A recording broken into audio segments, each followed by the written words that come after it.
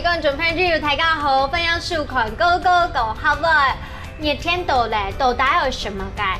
好妹呢怪呢？今天呢要來做這個拐式妹妞妞，吃起來呢洞察破，而且呢會讓你吃下去胃口大開哦。那我們一起來學做吧。好，現在呀，我要先把它下去，用我們的配料先把它爆香一下，主要是放這個洋蔥、洋菇。接下來呢，我們來看這個牛肉，也是我們今天要學的詞哦，就是妞妞，妞妞。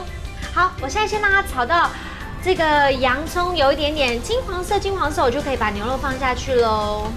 那味道把它炒出來。好，現在呢，我要放到我的燉煮鍋下面，讓它慢慢去燉了。我們要教大家講一句形容詞，就是鹹酸甜雜陳，就是鹹酸甜。鹹酸甜，記得哦，這紫蘇梅我們把它醃好了，最後面再把它加進去，不然怕味道會被搶掉。等了2個小時，肉已經非常軟爛又很香了。重點是呢，我們加一點點紫蘇梅下去，加紫蘇梅的牛肉更香。參拐式妹嘅妞妞，嗰下香。好，我要把它放進去哦。到底好不好吃呢？我們請2個試吃員來幫我們品嘗看看。是嗎？軟爛，很軟爛哦。你們都是客家人嗎？一半。好，那我教你們講一個比較簡單的客家話，就是牛肉，它講起來有點像嘴巴扭到一樣。這個海陸腔的講法就叫做妞妞。妞妞，不是妞妞哦。妞妞，是妞妞。妞妞。聽起來就很像妞妞哦。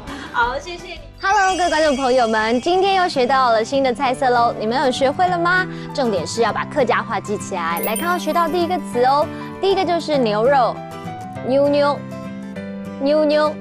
第二個這個形容詞就是鹹酸甜雜陳，鹹酸甜，鹹酸甜。第三個呢，我們來學到一整句話，來看到加紫蘇梅的牛肉更香，參拐式妹嘅妞妞，嗰下香。